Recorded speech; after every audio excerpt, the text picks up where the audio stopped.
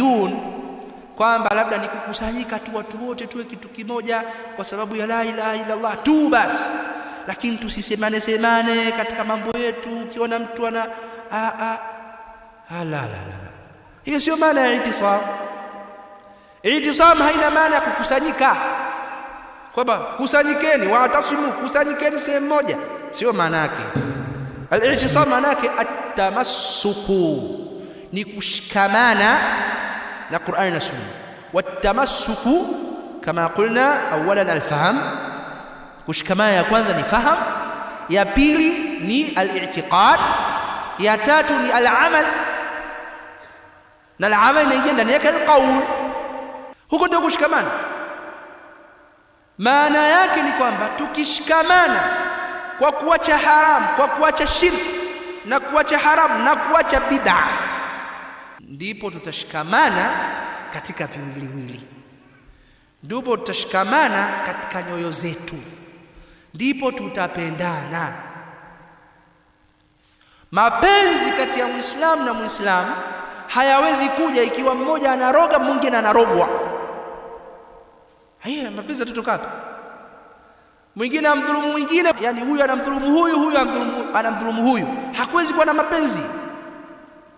Mapenzi hayawezi kuwa kati ya Waislamu. Huyu anafanya bid'a, anasema anasherehekea Maulid, huyu anasema Maulidi ni bid'a, huyu anayesherehekea na kuyatetea, hakuwezi kuwa na mapenzi. La shaka lazima mtu wa sunna, sahibu sunna, atachukia bid'a. Kwa sababu gani? Kwa sababu Mtume sallallahu alayhi wasallam amesema, man ahdatha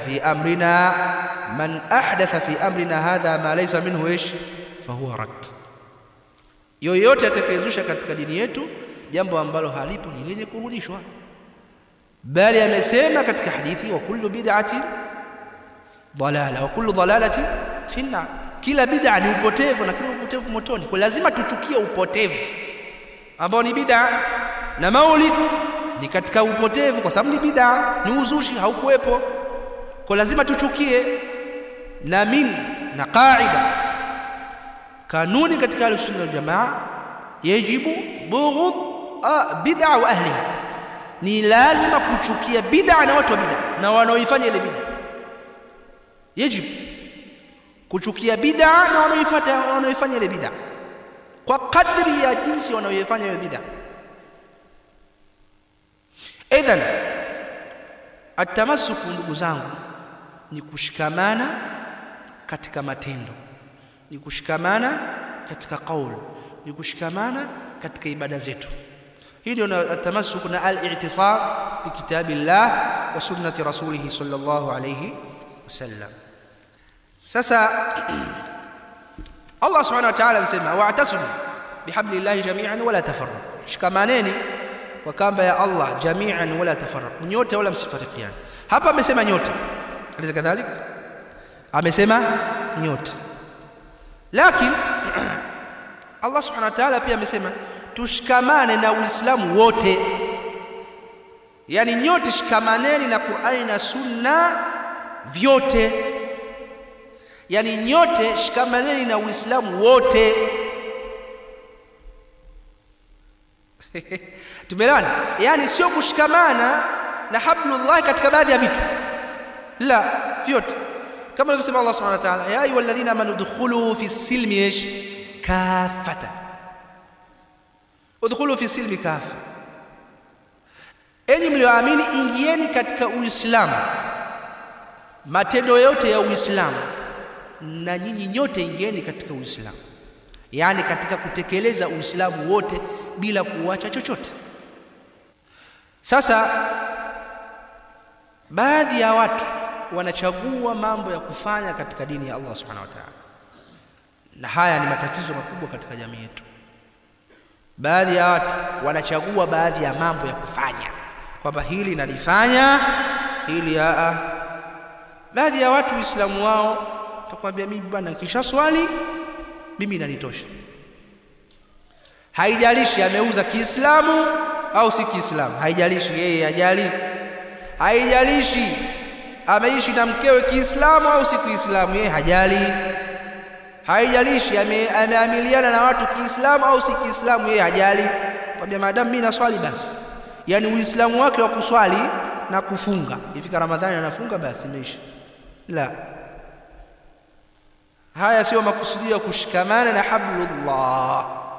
Kushikamana na hablullah, hiyo hablullah yote, kushikamana na Uislamu wote. Sasa utasema ya shekhe, tutashikamanaje na Uislamu wote wakati baadhi ya mambo hatuwezi kuyafanya? Utamuza yapi shekhe hatuwezi kuyafanya sisi? Hakuna jambo hatuwezi kulifanya. Shekhe kuna mambo yapi? Hatuhukumu kwa sheria za Allah. Si ndio? Hatuhukumu kwa sheria, hatukati mkono. Ala. Kwa hiyo kama kuna kuwa na nchi ya Kiislamu, kwa mfano Saudi Arabia nchi ya Kiislamu, kwa kila Muislamu anakata mkono kila Muislamu anacharaza bakora Shabu Huzaima, hatukati. Si kazi yako wewe, sio kazi yako ukati. Kwani hata kama khalifa leo ni khalifa, tuseme Abubakar yupo, kwa hiyo kila wewe zama za mtume kila mtu alikuwa anakata mkono, zama za Abubakar kila mtu alikuwa anakata mkono. Hii haikuhusu wewe, lete lingine. Huna hapo tu ndio toa, si hatukati mkono. Ukati mkono wewe, wakata wewe kwani wewe unamiliki nchi? Wewe ni kiongozi wa nchi? Uone serikali ya Kiislamu unaongoza wewe mpaka useme hatukai ukati? Sasa si halikuhusu wewe.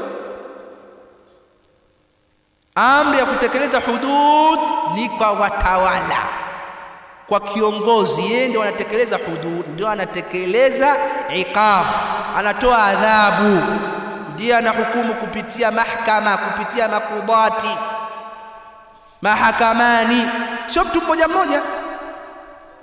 Sasa shekhe haipo ndio haipo. Sasa udhuru huo ndio pale tunaposema, anasema sasa idha amartukum bi shay'in fatu minhu mastata'tum akhrajuna. Unaona njia hivyo, hakuna kitu katika dini kimeachwa shekhe bila njia, bila kupata suluhisho.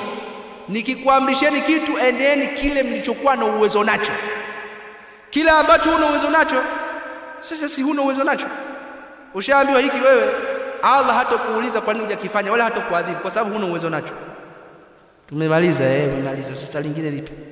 Haya ambayo una uwezo nayo, haya yafanye yote, thubutu. Hayo ambayo tuna uwezo nayo haya kuyafanya. Sasa hivi wewe umezuiwa kuto mdhulumu mtu. Sikiza lugha ninayotumia, umezuiwa kuto mdhulumu mtu. Hujazuiwa, mbona unadhulumu wakati hujazuiwa kuto mdhulumu mtu? Au nitumie lugha nyingine, hivyo umelazimishwa kumdhulumu mtu. Wewe lazima kumdhulumu mtu, hujalazimishwa. Mbona unadhulumu mtu? Hivyo wewe umelazimishwa kusengenya. Mbona unasengenya? Hivyo umelazimishwa kufanya zina. Mbona unafanya zina? Nani kaja kushikia mtutu kwamba wewe zini? Nani? Mbona unafanya zina? Hivyo wewe umekataza kuswali alfajiri. Mbona huje alfajiri kuswali? Hivyo wewe umekataza kujenga msikiti. Mbona hujengi msikiti? Dirisha moja hapo linatosha. Huu msikiti kwa watu wote hapo ingekuwa ushaisha. Mbona umewashinda? Hapo unasema tumezuiwa, sheria za Kiislamu zitekelezwe. Hizi ambazo unaweza wewe, mbona hujazitekeleza? Kwa sheria za Kiislamu wewe lazima ukate mkono tu. Sheria za Kiislamu zimegawanyika aina mbili. Kuna sheria ambazo zinatekelezwa na mtu mmoja, yeye ndio ana uwezo wa kuziweka, yani ndio anazisimamia. Kiongozi wa nchi anasimamia sheria hizo. Hizi ni chache sana. Kukata mwizi mkono, sijui aliyezini akaoa kaolewa anapigwa mawe, sijui hajaoa anapigwa bakora 100. Hizi ni chache, zinasimamiwa na viongozi wa nchi kwa mujibu wa Qur'ani na Sunna. Sheria aina ya pili ni sheria za ambazo ni kila mtu anazitekeleza, ziko za wajibu, ziko za sunna. Kuswali ni sheria ya Kiislamu, kufunga ni sheria ya Kiislamu, hija ni sheria ya Kiislamu, zaka ni sheria ya Kiislamu, kuacha haramu ni sheria ya Kiislamu, kuacha zina, kuacha rushwa ni sheria ya Kiislamu, birrul walidaini, kufanya wema mzazi wako ni sheria ya Kiislamu. Zote ni sheria za Kiislamu. hizi kila mmoja anazitekeleza, ziko za wajibu, ziko za sunna. Hizi za kila mmoja anazitekeleza, wewe sheria hizi unaziweza? Alisa kadha hajaziweza. Idhan usichague mambo ya kufanya yaliyoko ndani ya uwezo wako. Usichague mambo ya kufanya katika dini ya Kiislamu yaliyoko ndani ya uwezo wako. Na hii ndio maana halisi ya ayyuhalladhina amanu dukhulu fi silmi kafa, kwamba kila ambalo liko ndani ya uwezo wako lazima au unatakana ulitekeleze. Haram zote uziache, ya wajibu yote uyafanye, ya sunna yote jitahidi uyafanye yale ambayo utayaweza. Sunna ni hizi za kufunga Jumatatu, Alhamis, masiku meupe, ya masiku Arafa. Wangapi wanafunga leo? Wachache. Wangapi wanasema qiyamul layl? Wachache. Idhan al-i'tisam ni pamoja na kutekeleza Uislamu wote. I'tisam wa'tasimu bihablillahi jami'an. Nasema jami'an hapa nyote, lakini kuna aya kule ya ayyuhalladhina amanu dukhulu fi silmi kafa, kwa maana kutekeleza Uislamu wote katika yale ambayo yako ndani ya uwezo wako. Mfano, Allah subhanahu wa ta'ala amefaradhisha hija. Je, kila mmoja lazima aende hija? La, itakuwa lazima kwenda hija yule mwenye uwezo. Kama huna uwezo huendi hija. Hali kadhalika zaka imefaradhishwa, lakini kwa yule ambaye ana masharti, ametimiza masharti ya kutoa zaka. Kama masharti hayo huna, utoi zaka, sio wajibu kwako. Kwa hiyo mimi lazima nitoe zaka hivi hivi, tekeleze ibada ya kutoa zaka hata kama masharti ya kutoa zaka huna. Hakuna hiyo. Wazi? Kwa hivyo hata utekelezaji wa sheria za Kiislamu, kuishi katika nchi ya Kiislamu, hauna uwezo wa kuzizuia, utafanyaje? Utakwenda hakuna ulazi. Kwanza nilishasema kwenye darasa zangu na narudia hapa, katika nchi yetu hii ya Tanzania alhamdulillah hakuna ulazima. Ule ulazima uliokusudiwa kwa kuhama kutoka nchi ya kufuru kwenda nchi ya Kiislamu, au kutoka katika sehemu inayofanya maasi ya kwenda katika sehemu ya tauhid, nchi yetu ya Tanzania hatujafika huko. Kwa sababu gani? Sababu zote za kutekeleza ibada zipo. Sha'irul Islam, yani alama za Kiislamu zipo, ikiwemo misikiti. Tunakataza kujenga misikiti. Kutekeleza ibada kwa uhuru kabisa. Kuna mtu kazuia kuswali? Hamna. Kufunga, kuna mtu kaambia ukifunga wewe unakalazimishwa kunywa maji huko. Kwa sababu gani? Sababu zote za kutekeleza ibada zipo. Sha'irul Islam, yani alama za Kiislamu zipo, ikiwemo misikiti. Tunakataza kujenga misikiti. Kutekeleza ibada kwa uhuru kabisa. Kuna mtu kazuia kuswali? Hamna. Kufunga, kuna mtu kaambia ukifunga wewe unakalazimishwa kunywa maji. Kwenda hija ni pesa yako tu. Ukasema mimi nimezuia kwenda hija, una hela, tafuta hela, twenda hija.